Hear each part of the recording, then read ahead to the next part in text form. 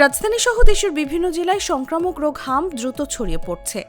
চলতি বছরে এখন পর্যন্ত অন্তত ৩৮ শিশু হামে আক্রান্ত হয়ে বা এর জটিলতায় মারা গেছে। এর মধ্যে চলতি মাসেই মারা গেছে ৩২ জন। এখনও তিল ধারণের ঠাঁই নেই রাজধানীর মহাখালী সংক্রামক ব্যাধি হাসপাতালে। চিকিৎসক ও স্বাস্থ্য কর্মকর্তারা জানিয়েছেন, গেল বছরের ডিসেম্বর থেকে হামের রোগী বাড়তে শুরু করলেও মার্চ মাসে তা হঠাৎ করে তীব্র আকার ধারণ করে।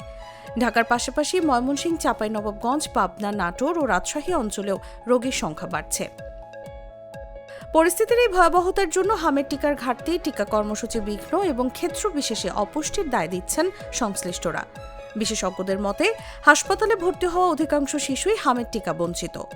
নিয়মিত টিকাদান কর্মসূচির বাইরে বিশেষ ক্যাম্পেইনের দীর্ঘ বিরতি, গত বছর কর্মসূচি বিঘ্ন এবং অর্থ সংকট এসব কারণে ঝুঁকি বেড়েছে।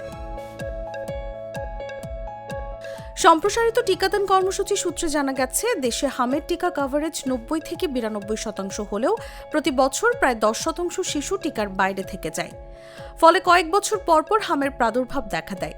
চিকিৎসকরা বলছেন, হাম নিজেই মারাত্মক হলেও এর জটিলতাই মৃত্যুর প্রধান কারণ। আক্রান্ত শিশুদের মধ্যে নিউমোনিয়া, ডায়রিয়া, কানের সংক্রমণ এবং মস্তিষ্কের সংক্রমণ দেখা যাচ্ছে।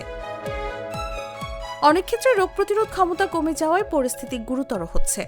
অপুষ্ট শিশুরা বেশি ঝুঁকিতে থাকায় গত বছর ভিটামিন এ ও কৃমিনাশক কর্মসূচি না হওয়াও পরিস্থিতিকে জটিল করেছে।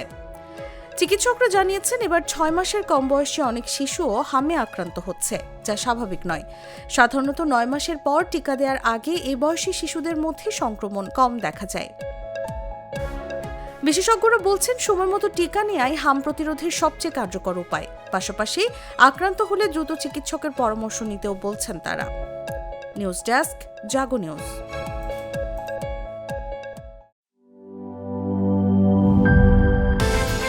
বিকাশ পেমেন্টে ১০,০০০ টাকার বেশি অফার। শপিং চলছে তো।